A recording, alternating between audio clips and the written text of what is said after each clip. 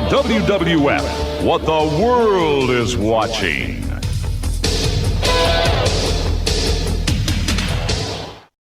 Turn it on and rip the knob off.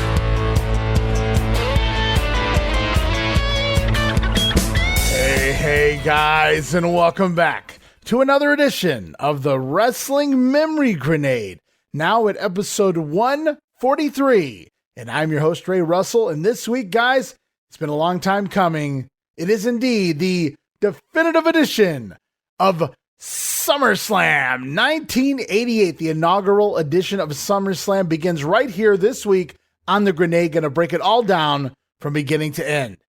That's right, the very first ever SummerSlam pay-per-view right here, taking place all the way back August the 29th, 1988, where the Mega Powers will meet the Mega Bucks. And I'm going to be covering the original live broadcast version of the event, so we're going to look at every nook and cranny that goes on from start to finish. So without further delay, guys, let's get into it. Here it is, the very first ever. It's the 1988 edition of the WWF's SummerSlam.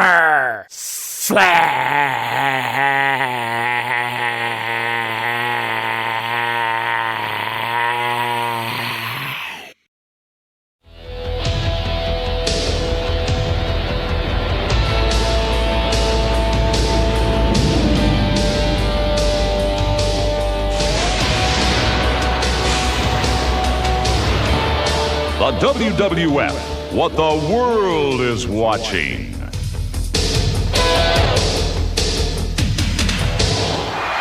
Welcome to New York City and welcome to Madison Square Garden, the site of some of sports and entertainment's greatest events of all time.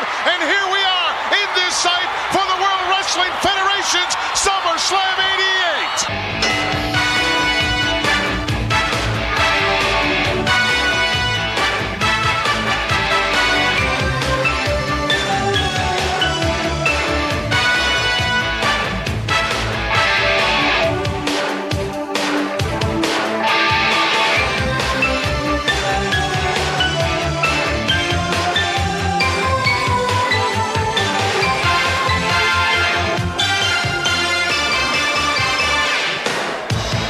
Take a look, the excitement is here, the pandemonium is here, the electricity is in the air, you can cut it with a knife, it's a happening, it's SummerSlam 88 here in the Mecca Arena, Madison Square Garden, and it is going to be something else, don't you dare leave your seat, because this is going to be a happening. Hello everyone, I'm Gorilla Monsoon along with superstar Billy Graham, and this is indeed Superstar a happening. Yes, it is, Gorilla. And the one thing I believe that overshines the appearance of Jesse the Body as a special guest referee is the return of Hulk Hogan, my personal friend and hero, the man I call the man with the bionic bicep. His return tonight. Well, the big one we're all waiting for, the Mega Bucks taking on the Mega Powers.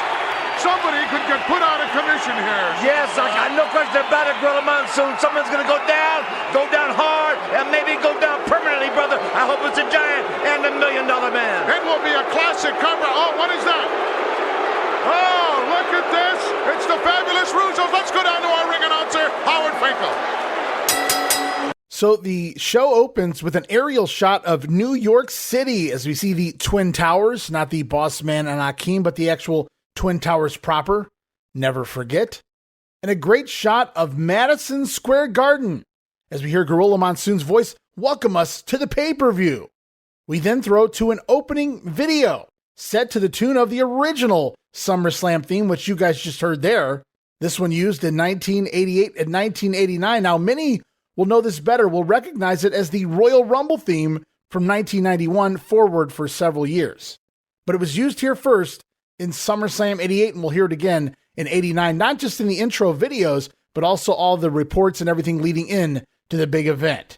So while we're at it, guys, let's talk about the intro video for a moment, if you don't mind. So if you didn't know the main event was the focal point of this entire pay-per-view, you did after this intro, right? Tremendous production value for the time, not just for a wrestling show, but really for anything, honestly. I love the filter that they use there, like a portrait style deal. Tells you everything you need to know about all of the people involved, from the guys in the ring to the mega ref Jesse Ventura to the lovely Miss Elizabeth, even Virgil and Bobby Heenan involved in said intro video. But here we are, away we go. It's SummerSlam 1988, August 29th to be exact, and we are live in New York City, New York, Madison Square Garden, a sellout crowd of somewhere around 20,000 fans in the arena, and also jam-packed in the Felt Forum next door. And a quick note here from DeMeltz before we get into the actual pay-per-view event. SummerSlam, live at MSG, reportedly drew a $355,000 gate at the Garden and an additional $63,000 plus at the Felt Forum, making the combined gate over $418,000, $500,000 here for SummerSlam 88, the third largest live gate at the time ever to be held in New York for a wrestling event, only falling behind the Shea Stadium card between Bruno Sammartino and Larry Zbyszko back in 1980, and of course the very first ever WrestleMania in 1985. As Gorilla informs us, they are literally hanging from the rafters, people. Never seen the Garden so lit up. I love whenever MSG would have the lights on. Now everybody says, oh, I like the old school feel, the dark Garden feel, because it's what they grew up on. But as we were growing up, my cousins, my brother and I, we would always say, why won't they turn the lights on here? We want to see the people. We want to see them react. And that's what we get here for the pay-per-view. I'm so happy that they made the call to light up the Garden and even give the guys a different entrance area. And we've already heard his voice, but it's at that point that we see it's going to be Gorilla Monsoon and Superstar Billy Graham on commentary. Boy, that should be interesting, brother. As Gorilla tells us, the electricity is so thick, you can cut it with a knife, referring to the big event as a happening, not once, but twice. Gorilla doubling down on the happening stance here, so you know you've stepped into something fun. The excitement is here. The pandemonium is here. The electricity is in the air. You can cut it with a knife.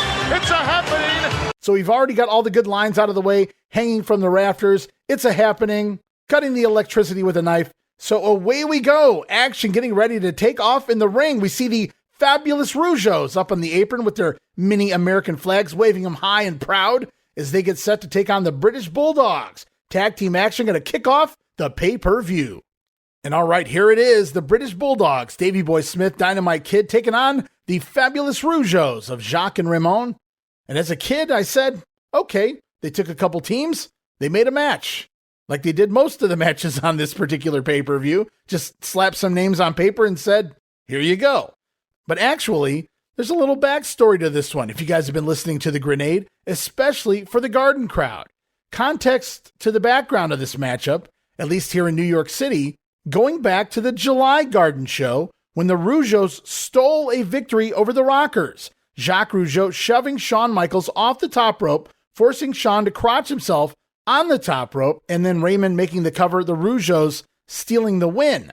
But post-match, the British Bulldogs come out to plead the case of the Rockers, informing the referee of the illegal activities of Jacques Rougeau. But unfortunately, on deaf ears to no avail, the Rougeaus steal the win there over Shawn Michaels and Marty Jannetty. However, what we did get afterwards was heated words exchanged between the Brits and the French-Canadian teams. In fact, the Rougeaus had to be forced to the locker room. And if I remember correctly, this match eventually shown on primetime leading into SummerSlam. So this context may have been shown on the USA Network, if I remember correctly. But what we've never seen, unless we live in the New York City area, the MSG Network it was aired on live, is that later on that July 88 MSG card, it was the Bulldogs getting a title shot against the champions Demolition when the Rougeaus would return. A little revenge here for the Bulldogs coming out after their match with the Rockers. The Rougeaus come out during the Bulldogs match, distract and interfere, allowing Demolition to cheat and retain their tag team titles. So yes, the Bulldogs do have revenge on their mind here against the patronizing and condescending Fabulous Rougeaus. Now, it's been a long time since I watched the Coliseum video version, but I remember this thing being cut in half, chopped down immensely to edit for time. Those early Coliseum videos, even the pay-per-views, many of them would go 2 hours. Well, most of the pay-per-views ran 2 hours, 45 minutes or so. And thus a lot of editing done. No different here in this SummerSlam 88 pay-per-view. But this is the live version, so I'm going to be dissecting it from bell to bell. That's right, we get the full Monty here, as the Rougeaus out first in the ring with those mini American flags in hand from Montreal, Quebec, Canada, but soon to be relocating to the good United States of America. Gotta love the heel shit and the crowd booing the shit out of the Rougeaus. Great heat to start, and we haven't even gotten to the match yet. Is out next the British Bulldogs with the lovely Matilda ringside on her perch, as the Bulldogs appear to be getting physically bigger by the week. As Davey Boy rocking the Union Jack flag on the back of his tights, Dynamite with the flag on the front of his. And as kids, we would quip that Dynamite put his pants on backwards. I'm sure a few other people have had that laugh over the time as well, but doesn't seem to be the case. It is kind of funny to see Davey Boy with the pants on one way, Dynamite with the pants on in the opposite direction. But anywho, as the bell sounds, the Rougeau brothers, they want handshakes to start, but instead Davey Boy not going to buy into that, firing off on Jacques early. Raymond consoles his younger brother in the corner with a big hug to even louder boos. Boy, this crowd does not like the Rougeau brothers. Very hot crowd here tonight. Is Raymond going to tag in? Gets taken to the corner. Referee Joey Marella in there to force the break. And Raymond then landing a cheap shot, flooring Davey Boy to monster boos from the crowd. Ray then tries for a monkey flip, but Smith going to handspring his way through the move, land on his feet, dropping Raymond to the crowd's delight instead, as the New York City fans are hot tonight. Gorilla Monsoon reminding us for a third time in 15 minutes that this is in fact a happening.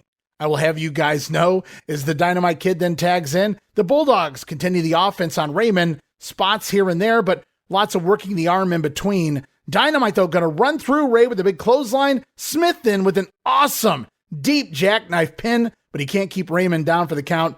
From there, it's a double shoulder tackle from the Bulldogs, going to get themselves a 2 count on Brother Ray.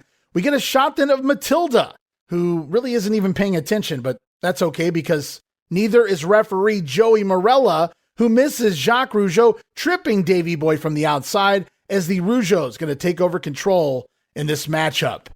At this point, they go to work on Smith's leg to major heel heat. Did I mention how hot this crowd is? At one point, Jacques Rougeau with a cheap shot on Dynamite, who's simply standing on the apron, going to lure the kid in, distracting the referee, allowing the Rougeaus to double team Davey Boy and make an illegal switch, pissing the crowd off even further. As we see a big backdrop from Raymond, but Smith eventually going to counter a Jacques spinning toe hold, turning it into an inside cradle for a near fall. Davey Boy then monkey flips Ray and finally gets the hot tag out to partner Dynamite Kid, as we see lightning speed by the Kid on Ray, snap suplex and a falling headbutt, gets a near fall. Then from there, the Kid with a folding back suplex, 1, 2, Raymond able to get his foot just barely on that bottom rope to break the cover. Dynamite then pitching Ray out to the floor, where Davey Boy fights off Jacques and rams Brother Ray's head into the guardrail. Eat that, Fabulous Rougeaus. Jacques then helps his groggy brother Ray back inside, but the Bulldogs remain in control as we see the patented running power slam from Davey Boy Smith. Davey Boy landing it so hard he actually bounces into the air to make the cover. Really cool sight there, but Jacques going to stop the cover, save his brother from taking the loss. From there, it's the Dynamite Kid back inside, who mounts Ray in the corner for the 10 punches o' doom, but Jacques sneaks in from behind and in clear view of Joey Marella, Jacques Rougeau going to grab Dynamite from behind, and he's going to drive Dynamite backwards into a massive back suplex. And that's going to allow the Rougeaus to take back over control, this time on Dynamite Kid. But as the crowd tries to rally, Jacques Rougeau launching Dynamite gut first onto the knee of Brother Raymond. And then we get the traditional abdominal stretch spot by the Rougeau brothers, Jacques Rougeau locking it in. And this time, Davey Boy, he can't stand by. He runs in and attacks Jacques, much like Jacques did Dynamite earlier. But as Davey Boy is pushed back to his corner, it's the Rougeaus with yet another illegal switch. It's Raymond now locking in the abdominal stretch on the Dynamite Kid. Now, Dynamite finally able to escape with a hip lock, but the Rougeaus double teaming keeps the heels in control. Now with Jacques Rougeau applying a seated chin lock, which the Kid slowly but impressively gets up to his feet with the full body weight of Jacques Rougeau on his back. Crazy, considering the injury sustained, the broken back of the Dynamite Kid less than 2 years ago. Standing straight up, no real help here from Jacques. Full body weight on his back, the Kid to his feet. Even still, the Rougeau's going to maintain control here as Raymond now takes over with a chin lock. And again, the Dynamite Kid standing up with Ray on his back, driving the elder Rougeau brother back into the corner. But Raymond able to crawl over, tag back to brother Jacques, who again goes back to the abdominal stretch, holding Dynamite in place for Ray to land that insulting savate kick to the open rib cage. But Dynamite able to force his way into the corner and finally make the tag to partner Davey Boy Smith, but the referee misses it thanks to Jacques Rougeau. My God, fire this frickin' referee. Meanwhile, Dynamite finally able to plant a headbutt into the gut of Jacques Rougeau, crawl over and make that hot tag to partner Davey Boy Smith. But Smith in immediately, and he misses a drop kick. Well, damn. Smith, though, recovers quickly. Gorilla press on Jacques Rougeau in the air, drops him crotch first across the top ropes. Oops, sure that was just a mistake. And it's going to break down, turn into a four-way melee as Raymond sent away, tossed outside. Davey Boy pressing his own partner Dynamite Kid high in the air, launching him off in that diving headbutt, which connects on Jacques Rougeau, and that's the Bulldogs finisher. That should do it. But then the bell rings. Howard Finkel announcing that after 20 minutes and 4 seconds, this has been ruled a time limit draw. The crowd not happy, Bulldogs clearly not happy, and hell, Ray Russell not happy with that decision. I wanted to finish, damn it. But it looks like the Rougeaus will live to fight another day. Hey, the Rougeaus, they want to shake hands after the matchup. Good fight, fellas. But as they extend their right hands, it's sucker punches from both Rougeaus to both members of the Bulldogs, which only pisses off the British team. Rougeaus wisely diving out of the ring, heading up the aisle to the locker room with the Bulldogs laying chase right behind. So what a fun opener. 20 minutes, legit, in and out of the ring. Great stuff. I wasn't always a fan that we didn't get the countdown at some point to kind of know where we were in the matchup, but I love the timing here as they go the full distance, the 20 minutes, and the Bulldogs hit their finisher. I would like to see a little more offense late in the matchup in that hot tag from the Bulldogs, but beggars can't be choosers. Fun little opener there. This is something they could have easily brought back. Really good teams, really great match for where it was positioned on the card, what it was slated to do for the show. And it's too early to job the Rougeaus out, especially on a pay-per-view, but at the same time, can't really see the Bulldogs going down to the Rougeaus at this point. But we get a fun match out of it, and Matilda just kind of left stranded at ringside there. Somebody come out here and help her down. But wow, guys, think about, going back and dissecting the match real quick. 2 hot tags in this one to stretch the match out, keep it flowing, keep the crowd hot, which they did, which the fans were great, as I mentioned for this one. Invested in every heel move, every kick out, every move done by the baby faces, even the arm drags from the Bulldogs. We're getting big pops here. Just a great crowd, well-booked match overall, masterful heel shit here from the Rougeaus. British Bulldogs did indeed shine for the first 6 or 7 minutes of the matchup, and then in those hot tag spots, like I said, I would have liked to have seen a little more there, but the Bulldogs did dominate close to half the match, if you count the first half. Overall, I thought this was very well done. Again, wish there was a finish, obviously. Got to protect the Rougeaus on those mainstream losses at this point. Still getting them over.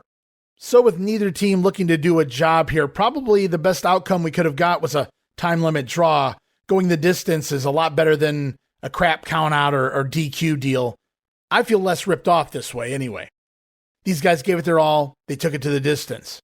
And based on the Bulldogs chasing the Rougeaus away, it looks like the issues may continue, at least for the short term on the house shows. And the issues between these teams, we know they'll certainly continue in real life. That situation coming very soon. Nevertheless, perfectly acceptable for an opener. 20 minutes of action, 25 minutes into the pay-per-view. I can't complain.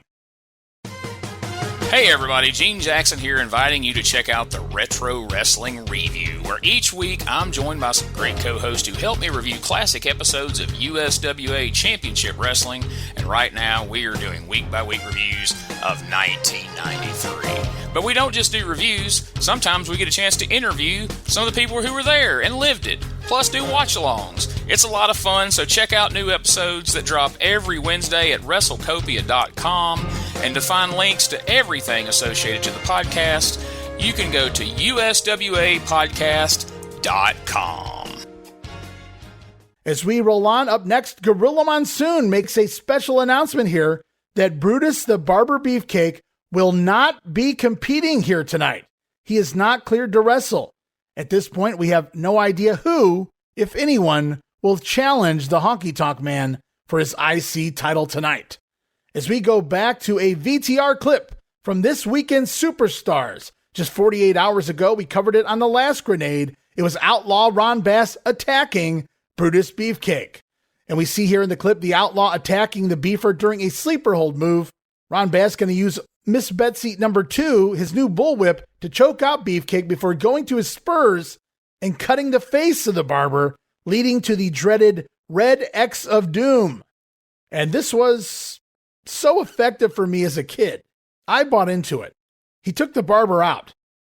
Now, supposedly, if you listen to Meltzer, the Red X was done here to hide the, what he called an obvious blade job being done, but I do believe the blade job took place before the cameras even zoomed in. I believe more so it had to do with the blood flow was barely there. I don't think there was enough there to elicit a censor like that. So really the Red X to me was put here simply to leave to our imaginations just how bad this injury was.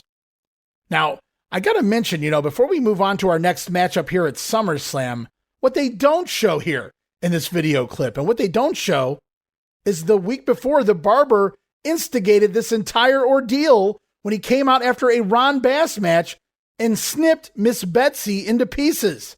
Literally used his hedge clippers to cut up Bass's bullwhip and his cowboy hat, leading to the Outlaw to return for revenge with his new sidekick, the Spurs, which are going to be named Brett and Bart. Maybe a shout out to former partner Black Bart? I don't know. Naming a Spur Brett? I'm not so sure the Hitman's going to like that very much. Sounds like a double cross move to me. And I should point out in that clip that they show here, Brutus Beefcake would be putting his opponent to sleep so that he could cut his hair against his will. So Beefer attacked Bass for post-match shenanigans as well. But Bruti not exactly innocent in that department, so a little bit of a hypocrite, if you ask me, is the Barber. Either way, we learn after the video that not only was Beefcake not cleared to wrestle tonight, but Gorilla now informs us he has it on good authority there will still be an Intercontinental title match right here tonight in the Garden. Honky Tonk Man will indeed defend his IC championship as he waits to find out his new opponent and challenger. Then it's back to the ring for our second bout, featuring Olympian Ken Patera taking on Bad News Brown. This one, no backstory, guys, as you will see is commonplace for this card. However, it is indeed a battle of the Olympians. Notice I didn't say former Olympians. The motto, once an Olympian, always an Olympian, comes to mind. And wrestling legend Bob Roop would also tell you, you're always an Olympian once you've competed. So, Battle of the Olympians here, in an Olympic year of 1988 in Seoul, South Korea. The only problem here for this matchup, it is not sold as a Battle of Olympians, as Bad News Brown's Olympic background never mentioned on WWF TV. Wouldn't work for his character, pal. From the streets of Harlem, I guess he could never be in the Olympics, right, Vince? In reality, Bad News Brown received a bronze medal in judo in the 76 Olympics. In fact, Alan Coach, aka Bad News Brown, his victory in the Olympics made him the first African-American to win solo Olympic Games medals for the States in a sport other than boxing or track and field. But I guess this Harlem street thug character is far more fun to work with. Anywho, away we go. Bad News Brown taking on Ken Petunia, better known as Ex-Con number 59919, and McDonald's Connoisseur. Here tonight, an Olympian hero, Ken Patera, out to the famous Olympics theme music, edited out of the modern-day version of the show. Brown already standing in the ring as Ken Patera makes his way out. Kenny entering the ring, trying to get his jacket off, but Brown wasting no time attacking Patera while still in his ring jacket, hammering away, slamming Patera down to the mat. Bad News whipping Kenny into the corner post, but Patera bouncing out and landing a big clothesline, sending Bad News Brown down to the mat. The tables have turned, darkness. Ken Patera finally able to remove his jacket and take control of the matchup. Punches, kicks, body slams here and there. Kenny even going full heel here, raking Brown's eyes with the sole of his boot. Patera almost out of moves at this point as he misses an elbow drop, and Brown gonna take control. Bad News choking away on Patera, choking him out, working him over on the ring apron. Kenny even selling like a heel here, overselling the facial expressions during the heat segment. And for as cool and different as the Bad News character could be, his offense was anything but creative. Lots of punching on the feet and on the ground. No matter where Bad News was in the ring, lots of close fists from Bad News. Brown, though, going to telegraph a backdrop. Kenny rallying with some elbows between the eyes of Brown. Clothesline and a big elbow drop going to get Patera 2. Then it's a backbreaker, also getting himself a 2 count on Bad News. Patera then goes for an inside cradle. 1. Whoa, Bad News right out of that one. Okay, we're regressing now, Ken. First it was 2 counts, down to 1 now. As Superstar Graham on commentary says it's too early, Gorilla, for a 3 count. But I strongly beg to differ, Graham. Couldn't end soon enough for me, as Patera essentially now out of moves and clearly out of gas. So he goes into his trusty bear hug, the bear hug O'Doom. Bad News eventually able to go to the eyes of Patera to escape, but now Kenny looking for the full Nelson, his other submission move. Bad News initially getting to the ropes for a break on that one before Patera can lock his hands. Gotta lock the fingers first, Jess, or Brain, or Superstar. So it's a no-go. Bad News making to the ropes. Patera, though, going to try for the full Nelson a second time. And again, Bad News able to make it for a rope break. As the match then starts to drag, even Gorilla Monsoon stating the clubbing blows are having their effect on both men. Sure, we can blame it on that. Monsoon basically explaining why the guys aren't exactly moving at a rapid pace here, but I will say they are trying at the very least. As they wind up botching an Irish whip spot into the corner, so they go for it again. Patera sending Brown into the far corner. Bad News, though, out of the way as Kenny charges. Bad News going to sidestep there. Patera going shoulder first into the steel post. And now the injured Ken Patera pulling out of the corner, but staggers right into the Ghetto Blaster. Fun bump there by Patera as Bad News Brown going to make the cover, and referee Hebner makes the 1, 2, 3. Match goes 6 minutes, 36 seconds. As Gorilla calls it, a bit of an upset. But I swear to you guys, I think I hear a pop from the initial 3 count there. I don't know if there's some Bad News Brown fans there in New York, or they're just happy this one's over. The match itself, slow and plodding to a degree, but the guys do at least try here. I'll give them that much. Weird opponent, though, for Bad News Brown, I thought as a kid, and even going back and watching it now. But it was very clear by this point, Ken Patera had no business in any type of singles matches, especially on a pay-per-view. And of course, this match designed to get Bad News over, as he will soon be working matches with the likes of Hulk Hogan and the WWF champion, the Macho Man, Randy Savage. As we end that matchup, we go off to an advertisement promoting the upcoming Sugar Ray Leonard, Donnie Lalonde fight. That's coming to you guys live November 7th on pay-per-view. Titan Sports promoting the event. Well, they'll actually be doing the pay-per-view promotions. There's a misconception out there that they actually promoted the actual boxing fight, when that's not the case. They were simply brought in to promote the fight for pay-per-view, since Titan had the big track record in past history here with pay-per-view events, i.e. WrestleMania 3.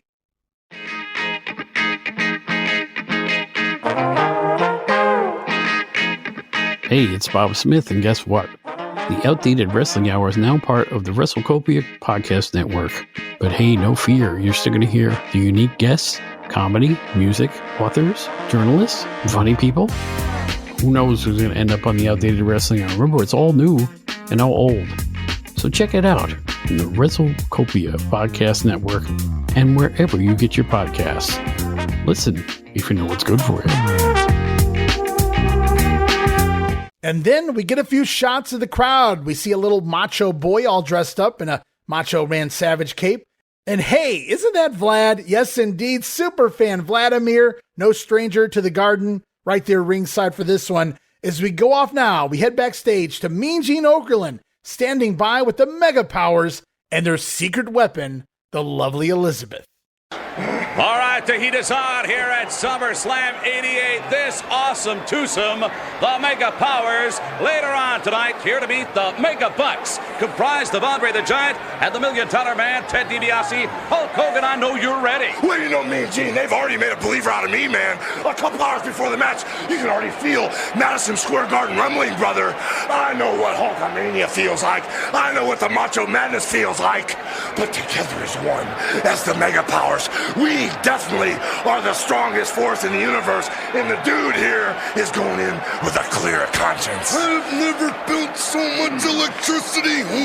Yeah, I'm talking the mania and the madness together. Here's the Mega Powers, yeah. And besides that, Mean Gene Okerlund, yeah, we have a secret weapon. Yeah. Wait a minute. Hold on, gentlemen. Secret weapon. This is the First Lady of Wrestling, Elizabeth. That's the secret weapon. You better believe it, Mean Gene. You don't think we go into this thing without the 24-inch pythons loaded, brother.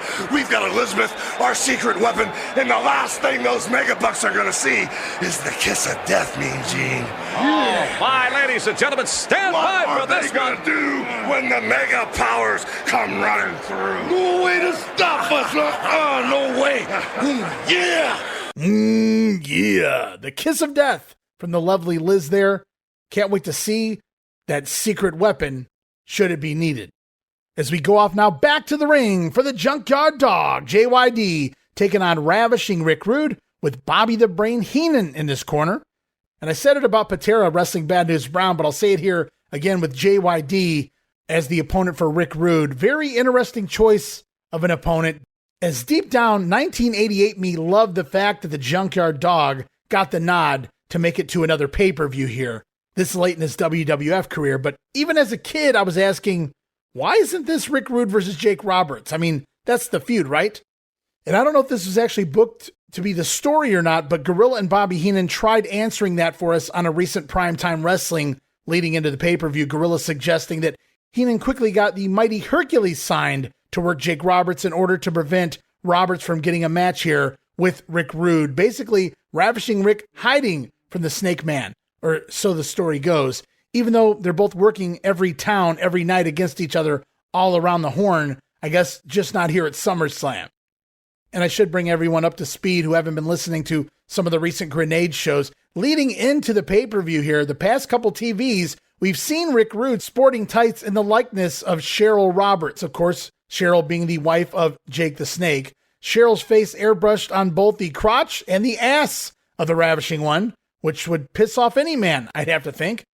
So, not the match we wanted here, but if the dog can channel his energy here, we could be in for a fun encounter against someone the level of a Rick Rude. And as we see the Ravishing One enter the ring, Rude with some comments to the inner city sweat hogs of New York City as he takes off his robe to reveal Junkyard Dog tights, featuring the JYD on his tights here for the pay-per-view. But it looks like the JYD from the days of old, looking young and fit again here on Rude's tights. Junkyard Dog images on the front and back of Rude's airbrushed tights. We'll have to wait and see how the dog responds here, but we won't have to wait long as Grab Dim Cakes blares and JYD heads to the ring. And off comes the collar, and Rick Rude gonna attack the dog as he gets in the ring. Hold up. Is that Tim White in there as a referee? Tim White, the referee here at SummerSlam. And this may be the first pay-per-view for Tim White, if I'm not mistaken. We've seen Hebner, we've seen Morella. Could this mark the end of Jack Kruger? Has Happy Jack left us? So Rude going to attack the dog, but JYD reversing a whip and launching Rude high into the air with a big backdrop. Crawling headbutts then going to send Rude out to the floor to regroup with manager Bobby Heenan in the crowd eating this one up as the JYD standing tall, waiting for Rude to get back inside the ring, which he does. Big right hand going to drop Rick, though, as the dog going to miss a falling headbutt. Rude will drop him with a clothesline instead, as the Ravishing One then off the top rope with a double axe handle, then pounds away as the crowd chants, JYD, JYD. Rude remains in control, and another chant picks up of Weasel, weasel.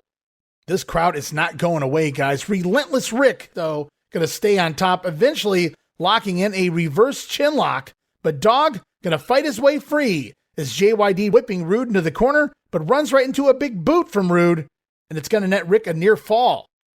And Rude going to taunt the fans, going to taunt the Dog, a little hip swivel, but he gets too cute and injures himself trying to jump onto the Dog's arm. As Ravishing Rick then selling a nut shot, as only he can do, takes the crowd a second to pick up on what just happened, but once they do, they eat it right up. And it looks like it's time for the JY comeback. Big headbutts as Dog holds on to Rude, keeping him from falling, holding him by the hair. And then Bobby Heenan up on the apron to distract. And of course, this allows Rude to plant Dog with a high knee from behind, and then land a weird variation of a Russian leg sweep, kind of Dick Slater style. But Rude taking the Dog down as Ravishing Rick then going up top, maybe looking for his patented fist drop. But as Rude stands up there, he pauses for a moment and begins to pull his JYD tights down to reveal, oh, don't do it, Rick. Oh, thank God he's got another pair of pants on under there. But Rude apparently wearing 2 sets of tights here, pulling down his JYDs to reveal these Cheryl Roberts tights we've been talking about. Those Cheryl Roberts tights we've seen on TV in recent weeks. Rick Rude going to show them off here, taunting Jake Roberts from afar. Rude going to jump off, deliver the top rope fist drop. Then he's going to do another hip swivel pose for the fans with Cheryl Roberts' face smiling all the way on his tights. A nice 3D nose on those tights. Not sure how he pulled that one off. The nose sticking out somehow on the tights. You guys will have to go see that for yourself. But Rick Rude barely has time to celebrate the move before out comes Jake the Snake Roberts, the Snake Man, hitting the ring, obviously taking exception to those tights. Now, Rude had been warned at this point not to wear those again, and the Snake Man firing away with a series of jabs, big clothesline, going to send Rick Rude up and over the top rope, out to the floor, and finally, after all of that, referee Tim White going to call for the bell, disqualification due to Jake's interference. Match going to go 5 minutes, 31 seconds. As the Dog slowly going to get to his feet, Rick Rude scurries away with manager Bobby Heenan. JYD realizing that he lost the match, as Jake trying to explain his case to the Junkyard Dog here, who doesn't appear to be completely happy with the situation, muttering the word fuck at one point as the former Mid-South buddies going to exit the ring. So this match served 2 purposes: to keep Rick Rude strong and to further the Roberts-Rude feud. And Jake now physically attacking Rude for putting his wife's face on his tights. Can't say Rude didn't have that coming, guys. Now, as for the actual match here, JYD and Rick Rude, not a whole lot to it. Not enough time to be a whole lot either. I think they could have gotten a little more out of Dog on the offense to fire up the crowd, but that wasn't the point of the match here, was it? Really just filler on the card to push another angle. I'm truly shocked that the Dog got a pay-per-view payday this late in his run, but good for him. Another random match, but I'm kind of glad it exists. It's out there. As this will mark the Dog's final WWF pay-per-view appearance, while Rick Rude continues his feud with Jake the Snake Roberts. As we roll off now, we go backstage one more time. Mean Gene has it on good authority who the Honky Tonk Man's new opponent will be here tonight. But will Honky let him tell the tale? All right, some rather shocking news here at SummerSlam 88. Brutus the Barber Beefcake, because of injury, unable to challenge the Intercontinental Champion, the Honky Tonk Man, tonight. I don't know if that makes you happy or not, Jimmy Hart. Let me tell you something, baby. We're always happy. You see, Brutus is smart. He knows the greatest Intercontinental Champion of all time is the Honky Tonk Man. I knew something like this was going to happen. I knew Brutus the Barber Beefcake wasn't going to wrestle the greatest Intercontinental Heavyweight Champion of all time, but the Honky Tonk Man, being the humanitarian that I am, I'd say, World Wrestling Federation, give me anybody. Let me have somebody to wrestle. Wait a minute. You will be defending the Intercontinental title here tonight in Madison Square Garden.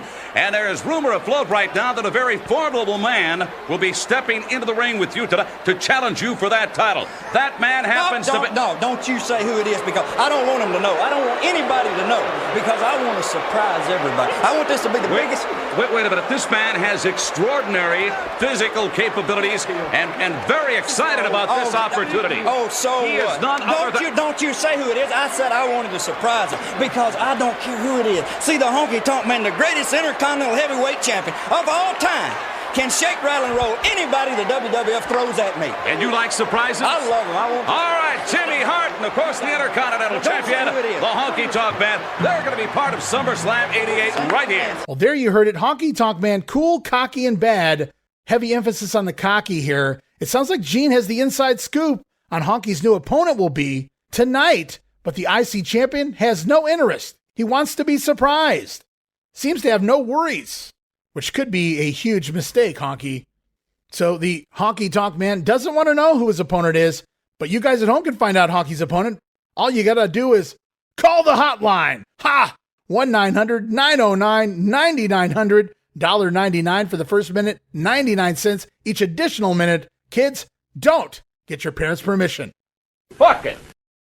As you go back to the ring for match number 4 here on the card, going to see the new team of the Powers of Pain, the Warlord and Barbarian. Been lighting things on fire for the last couple months on TV. Their opponents here in the Garden, Nikolai Volkov and Boris Zukov, the Bolsheviks, with their manager, the Doctor of Style, Slick. And the Slickster on the mic first, asking the New York City fans to stand up and show respect for Nikolai's singing of the Russian national anthem, which is eventually interrupted by the theme music of the Powers of Pain. And what cool theme music it was, just as intense as the Barbarian and the Warlord as they enter through the hallowed halls of Madison Square Garden. Always loved that entrance when they would go backstage and show the wrestlers walking out into the crowd. But the Powers of Pain looking a little different here in the Garden as they are accompanied by their new manager, the Baron. You guys are finding this out for the first time along with everyone else. Baron von Raschke, infamous cloak over his head, painted face and all. Going to lead the Warlord and Barbarian into battle here. Great visual as a corner piece, in my opinion anyway, but not really going to help the Powers of Pain as far as promos go. I wouldn't think. Gonna have to break that German accent anyway, Baron. But this is the first time we are seeing the Baron on WWF TV. Now, the TV tapings prior, he did make his debut as the manager of the Powers of Pain, but that's not going to air until after SummerSlam. So this is actually the Baron's WWF television debut in the managerial role here of the Powers of Pain. But if they were missing something, the WWF trying something new here, and let's all be grateful, at least it wasn't the babyface Oliver Humperdinck, which was really out of nowhere. What a way to debut at the Garden, and on pay-per-view no less. Baron von Raschke here in the World Wrestling Federation. Meanwhile, on the other side, Slick still stuck with the Russian duo, unfortunately for him. We actually covered these two teams, their match at the WrestleFest back on July 31st as part of the WrestleFest videocast over on Patreon. Gene Jackson and I, we questioned the mindset of putting the Powers of Pain in there with guys this size, hindering their ability to do the power moves. But really, this was the best option available at the moment because you don't want to bury the Rougeau brothers, and the Conquistadors would make great opponents, but not for a pay-per-view, at least not until Survivor Series. And yeah, Wrestling the Masked Men would have made for a much better match, but let's face it, Nikolai's past history in the WWF alone makes the Bolsheviks the more, we'll call it, credible opponents here. It is what it is. Now, in regards to this match, DeMelt says the WWF only had the Powers of Pain long enough for the fans to realize they weren't the real things, Hawk and Animal, as he claims no heat here in this matchup. You think maybe that has a little bit to do with the fact that the Bolsheviks are the opponents here, Melts? Dave goes on to say that these two teams were the same size, which ruined the impact of the Powers of Pain's impressive physical abilities. Well, I'll agree with that one. We kind of discussed that already. As the Powers of Pain hit the ring running, not waiting for a bell, attacking the Russian foes and clearing the ring to get things going. Boris Zukov back inside, but quickly eats a double clothesline, and again the Bolsheviks will have to regroup. As the Slickster trying to get to Boris on the floor, give him some advice, but the Baron scares him away. Back inside, the Russians trying distractions and cheap shots to take over, all of it to no avail. At one point, it looks like the Barbarian going to go for a face buster, but Zukov going to take the bump before Barb can even do the move. Total botch by Zukov there. Nikolai going to break up more than one pinfall attempt throughout the matchup made by the Powers of Pain as Boris tries a Russian sickle, but Warlord ducks and counters with a belly-to-belly. Very impressive by the Warlord. Nikolai finally legally tagging into the matchup, going to the eyes in the throat of Warlord, allowing the Russians to double team in their corner for a bit of time. Nothing to write home about at this point, as you might imagine. They never even take the Warlord off his feet, which the announcers make sure to put over. Just lots of punching and kicking, choking by the Bolsheviks, Warlord up against the ropes. Zhukov going to grab hold of a chinlock as Slick threatens to hit the Baron with his cane. But the Baron doesn't seem too worried. Remember, guys, he's got the claw. And as they do a zoom in of Raschke's paint job, looks like Warrior painted up his face for him because identical to the Ultimate Warrior paint job. As the Bolsheviks continue on the offense, if you want to call it that, the Warlord finally has enough of it, countering a double backdrop with a double forearm across both of the Russians' backs, and it's hot tag time to the Barbarian. Barb comes in and fucking slams the 300-pound Nikolai Volkov like a pillow, just scoops him up and dumps him. Insane strength by the Barbarian as a back thrust kick to Boris Zhukov and the big boot, the Barbarian boot to Nikolai. Nasty big boot as well to Zhukov. And why not make it a trifecta? Third kick of fear since Volkov over the top rope and out to the floor. And then it's Warlord back inside for a double running shoulder tackle. Sends Zhukov down, Warlord then scooping Zhukov up for the running power slam, followed by the Barbarian's diving headbutt. Going to give the Powers of Pain the win, 7 minutes and 19 seconds. And look, guys, I have the live version here. I watched the live version. I did it here for the Grenade podcast, but I also did it with Gene Jackson on the Patreon. And since this is the live version, remember, no crowd sweetening, no audio tricks. I don't know what version Dave Meltzer was watching, but the pop was absolutely there for the Powers of Pain. So make it another W, another notch in the win column for the POP as they once again demolish the Bolsheviks who couldn't even get the Powers off their feet. The Baron going to celebrate and pose with the massive Powers of Pain after the matchup as we get a little surprise. Thanksgiving night. Witness the Survivor Series. Tonight it will indeed be a happening, and it will be the Ridgefield Coliseum just outside of Cleveland. World Wrestling Federation, once again, the second annual Survivor Series. It's a quick plug for the upcoming second annual WWF Survivor Series. Same plug as last year, same arena as well, coming back to the Ridgefield Coliseum, Ridgefield, Ohio, Thanksgiving night. Is Gorilla also going to talk about the eats that he likes to enjoy come Survivor Series? Superstar Billy Graham, that is a chance for everyone to get together. It's a family type event. It's Thanksgiving night. After you had the big fat turkey and the peanut butter pie and the banana cream pie and the pumpkin pie and everything, sit back and relax and enjoy it via pay-per-view. It will be a happening. Let's go to Howard Finkel.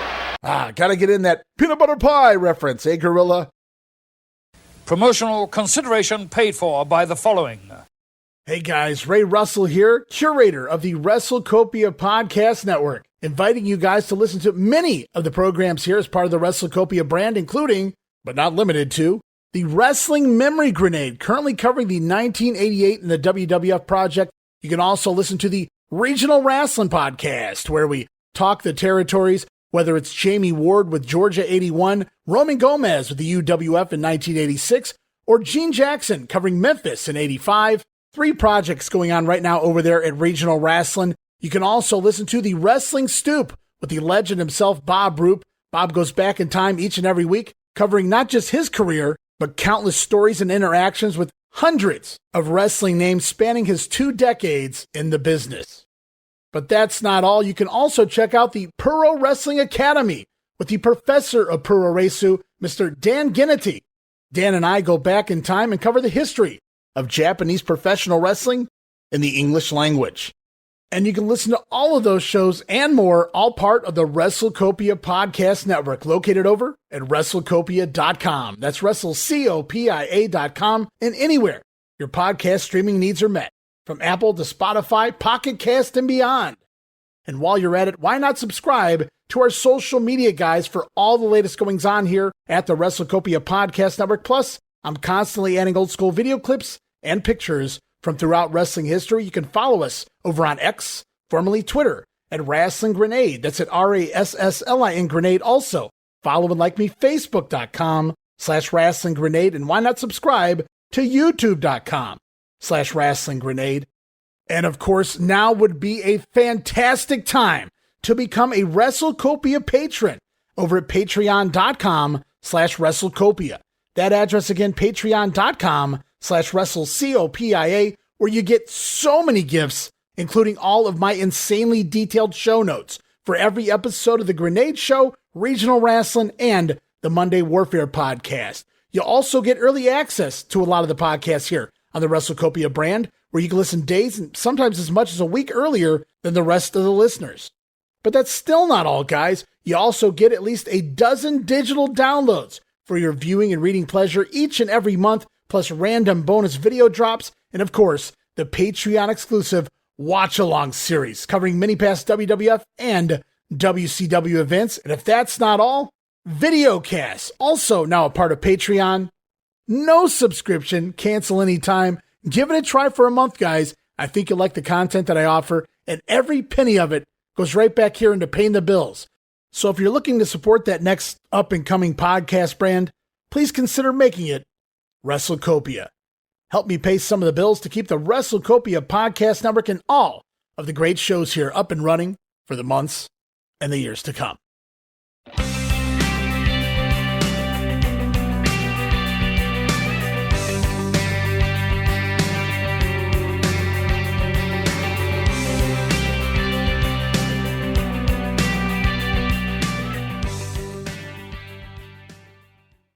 As we move on, time to step away from the action momentarily, as up next, a very special Brother Love show live in the ring at the Garden. And after weeks of build and speculation, rumors of everything from Kurt Hennig to Jessica Hahn to even the Nature Boy Ric Flair batted around. At one point, Brother Love clearly sold it as someone who had never been in the Garden before. Later then, he sold it as someone he loved, promoting a heel guest at that time. But by mid-August, even Brother Love began to hint that maybe his guest needed to learn what love is, basically shifting it from being a heel to a babyface. All the while, the guest remained a mystery.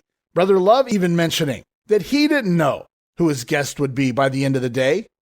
Reason being, well, rumors were at one point the spot was left open just in case Ric Flair's negotiations with Jim Crockett fell through. Now, we know half of the Horsemen will be headed here in just a month's time. Boy, wouldn't that have been something if the Nature Boy had popped up here on WWF pay-per-view as his debut with the company? Not that Crockett needed that nail in the coffin at this point, but I wonder if Ted Turner would have even wanted to purchase the NWA had that situation come to fruition. Had Ric Flair shown up in the WWF in August of '88, would Ted Turner have went through and bought the NWA from JCP? It's food for thought. So since we know that Ric Flair stuck around to have classic feuds with the likes of Steamboat, Funk, Luger, Sting, let's find out who the mystery man wound up being, shall we? As they set up for the Brother Love show, we see that it's going to be taking place in the ring and not on his normal set. The set in the ring, if you want to call it that, nothing more than a red carpet over the canvas as Brother Love introduced, making his way out, smiling all the way down to ringside, a talk show on a pay-per-view with a mystery guest announced. This better be good. So up until now, Brother Love had promoted a special guest. Now all of a sudden he tells us this guest is only special because he will be on the Brother Love show. Love also states that he was told by others that this guest would need a lesson in love. So wait, now Brother Love didn't even choose the guest. Getting very confusing here. Anywho, after about 3 minutes of ballyhoo, Brother Love announces his guest as one Hacksaw Jim Duggan. Ho! Well, all right, wait a minute, guys. Let's see where this goes. In jeans and a Hacksaw t-shirt, sell that merch, Jim. Duggan out here for, he says, 2 reasons. To greet the Garden fans with a big ho! And to tell Brother Love he is a phony. You're a phony! You're a big fat phony! A big fat phony! Love then pivots to calling Jim Brother Duggan. Oh, he hates that. It's Duggan, 2 G's, tough guy. And Brother Love, he keeps trying to talk, but Duggan cuts him off with more playing to the crowd. Brother says he sees no love in Duggan. He sees love in men like Dino Bravo, who actually love their country. Oh, dear God. Referencing Dino Bravo for no apparent reason? Please don't tell me that's our next feud. Duggan tells Brother Love, don't you dare question my patriotism and love for this country. Love, though, says a man carrying a 2x4 doesn't show him a man of love. Hacksaw reminding Brother that this is the WWF, not Sunday school, tough guy. Hacksaw says he will continue to police the World Wrestling Federation. Brother Love then telling Duggan he sees no badge on Hacksaw. He shouldn't be policing anything. As Love then begins to repeatedly poke his finger into Duggan's chest and repeatedly Hacksaw warning him not to touch him, tough guy. Duggan then beginning to become upset, warning Love that he will shove his 2x4 where the sun doesn't shine if Brother Love doesn't leave the ring by the count of 5. Now, Brother doesn't buy into that initially, trying to talk Hacksaw out of it. But Hacksaw making that slow count. Let's hear the closing comments from both sides. And if it needs policing, then Hacksaw Jim Duggan is just... Hey. If it needs policing, I don't see any badge on your chest that says you're a policeman. Get your hands off of me. This is all the badge that I need, 2x4. And understand one thing. If you keep talking the way you are, I'm not going to dirty these grade A hams on you. What I'm going to do is I'm going to take this 2x4 and I'm going to put it where the sun doesn't shine.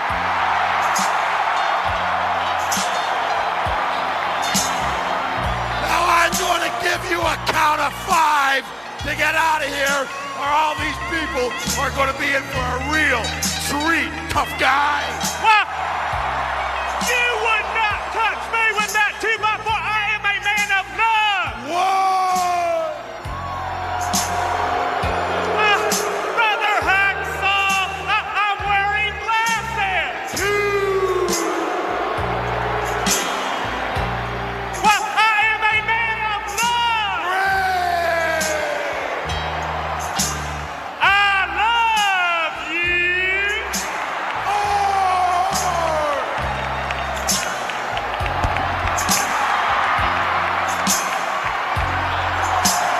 Boy, did you ever see Brother Love move that fast, superstar? I love it, man. I wish the Duggan would have went ahead and connected with a 2x4, brother. Well, there you hear it. Hacksaw reaches number 4, then decides he's going to take a swing. Cheating Duggan never got to 5. Going to swing that trusty 2x4, but Love will duck out of the way and run out of Madison Square Garden and straight down 7th Avenue. And that's pretty much it, guys, at the end of this segment.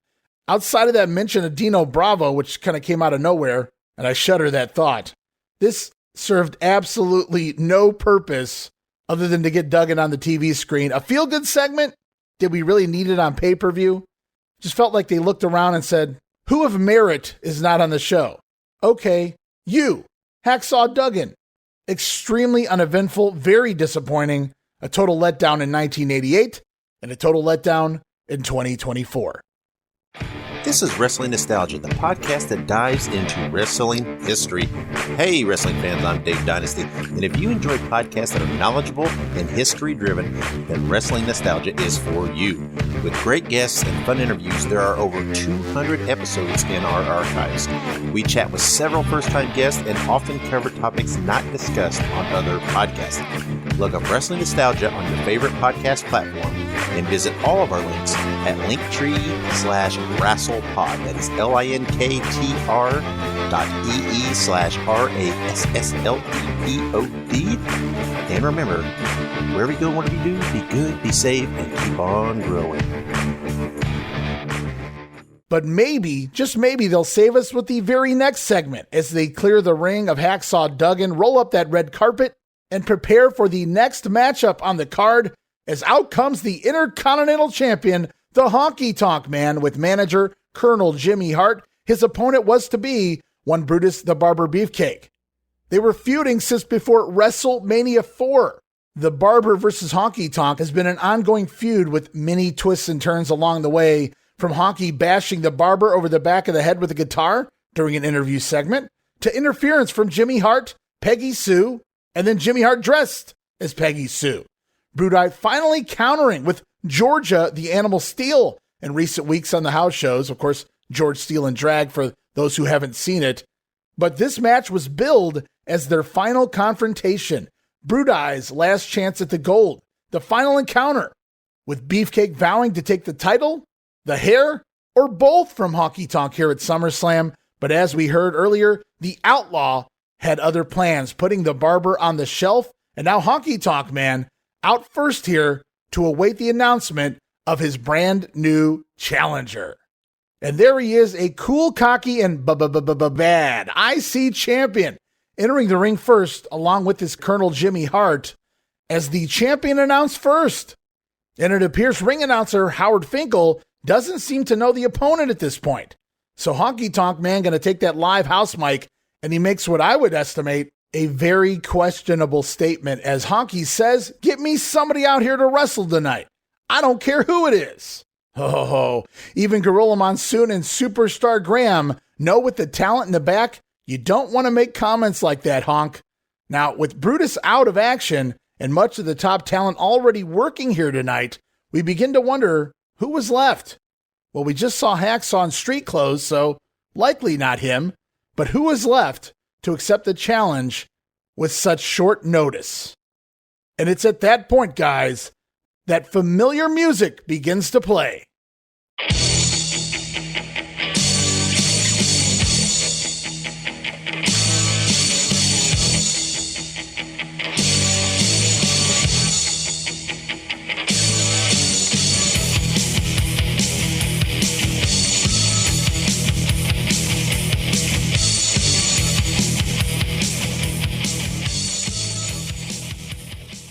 It is indeed the Ultimate Warrior. Ultimate Warrior hits the ring as only he can do, still in his jumpsuit. Honky Tonk trying to attack, but Warrior just too wild and too fast to catch. Honky tries for a big right hand, but Warrior blocks it, laying in a series of his own big punches, dropping Honky as the crowd is going absolutely bonkers. Warrior is psyched to the gills, and jacked to the gills as well. Big scoop slam by UW, followed by a flying shoulder tackle off the ropes. Warrior then going berserk as the fans are charged with his electricity. Then from there, running clothesline catches Honky over in the corner. Then Warrior off the ropes once again for the big splash. You've got to be kidding me. 1, 2, 3. We have a new Intercontinental Champion, it would appear here tonight. The Ultimate Warrior defeating the Honky Tonk Man. Match going just 29 seconds. Unbelievable. Just like that. The longest reigning Intercontinental Champion up until fucking Gunther, guys. The Honky Tonk Man dethroned in a half a minute's time. Get me somebody out here to wrestle. I don't care who it is. Oh, don't say that. Don't say that, my man.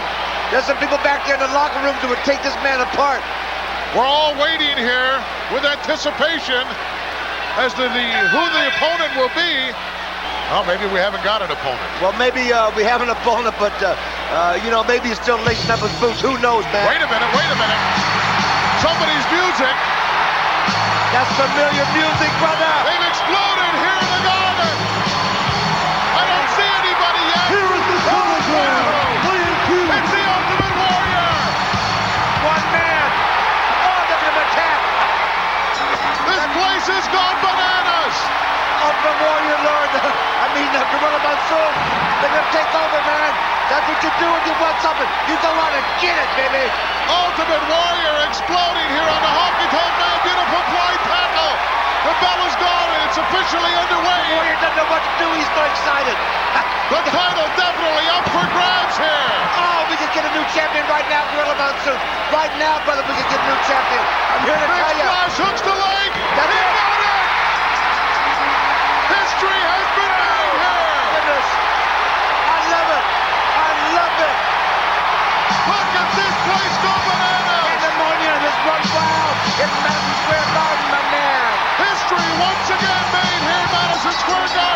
the winner of this contest, and new Intercontinental Champion, the Ultimate Warrior!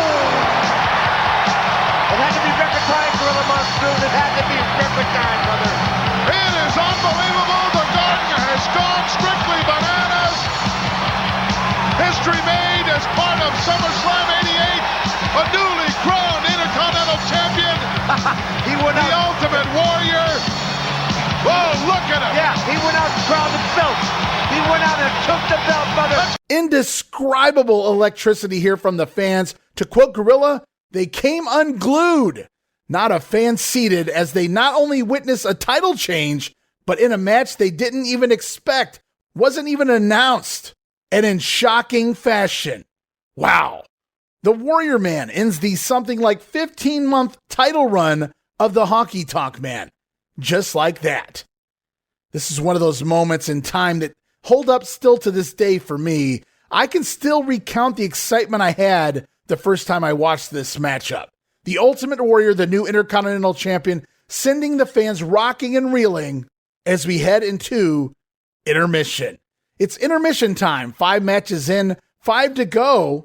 Not the longest of battles, not the 5-star classic match that some people talk about, but the Ultimate Warrior shocking the world, coming out with just about a year in the company and even less performing on TV. UW has dethroned the Honky Tonk Man. As the crowd now given time to process that, head off to the restrooms, go buy themselves another hot dog, maybe a beer. So here on intermission on the pay-per-view, it's time for some Survivor Series hype. As we go back in time, we see a replay of some of the highlights from Survivor Series 87, clips from all 3 of the men's matches, and the glaring omission of one Bam Bam Bigelow in that main event, but rather we see Hulk Hogan posing. Hogan must pose, pal. Kind of rewriting history, giving off the illusion that Hulk Hogan won last year at the Survivor Series. As we go off into the crowd, Mean Gene Okerlund standing by with one Sugar Ray Leonard. Boxing legend, former many times over champion, Sugar Ray promoting his upcoming fight, coming out of retirement once more, this time to take on Donnie Lalonde. Leonard referring to Mean Gene as Jim here. Nice to see you, Jim. Sugar Ray also making sure to mention, well, he has 2 kids. Mentioning him by name, way to get him over. And it becomes obvious by the first part of this interview that Leonard wanted to bring his kids here to the show, but apparently they came down with the measles.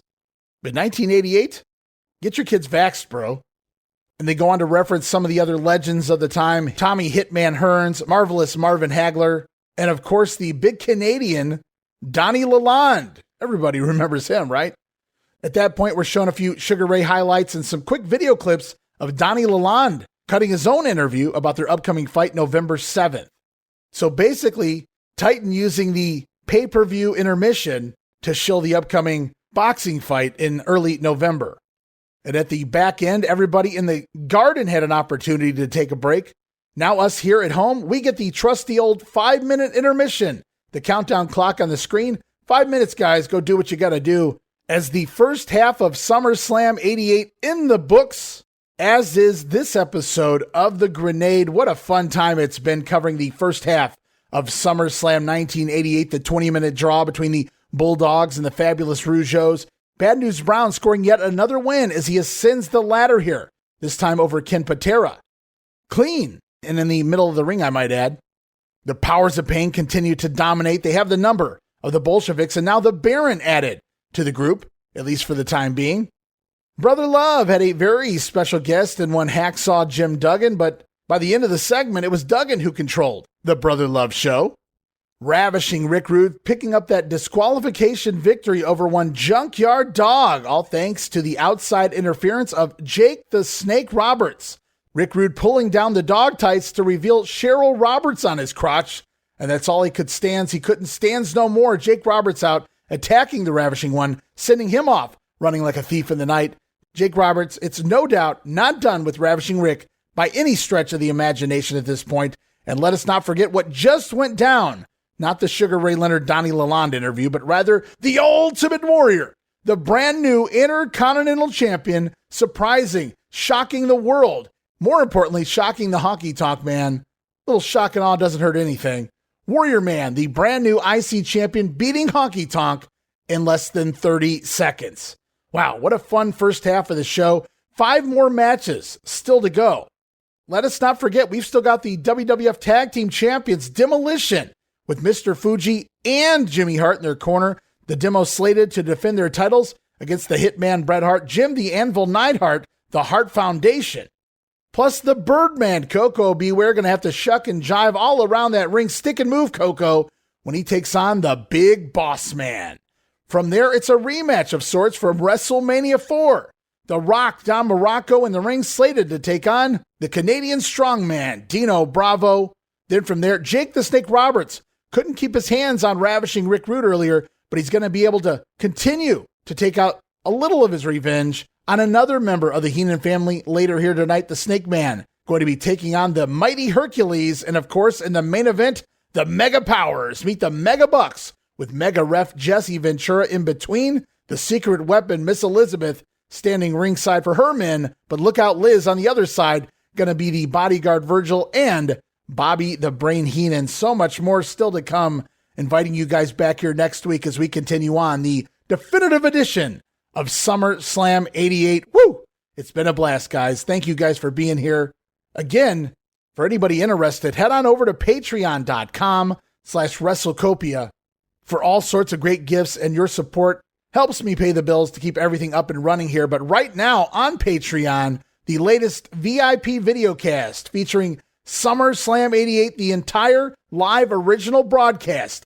3 hours of fun. Myself and Gene Jackson going back in time to late, great 1988, covering this pay-per-view from beginning to end. Also encourage everybody to stop over to my social media. You guys can follow me over on X at Wrestling Grenade. That's at RASSLIN Grenade. Also, follow me at Facebook.com/Wrestling Grenade and subscribe to YouTube.com/Wrestling Grenade. And very shortly, got some information coming on Instagram. So stay tuned for that. But you want to check out all of those, because not only do I keep you up on everything going on WrestleCopia, but I also constantly add old school video clips and pictures for your enjoyment across all of my social media. So I just want to thank everyone out there again, all the loyal listeners.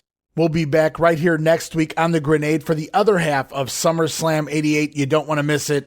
But until then, this is Ray Russell saying, from pillar to post and coast to coast, you pull the pin and I'll pick up the pieces right here on the Wrestling Memory Grenade. I'll see you next week. Don't miss it. Be there!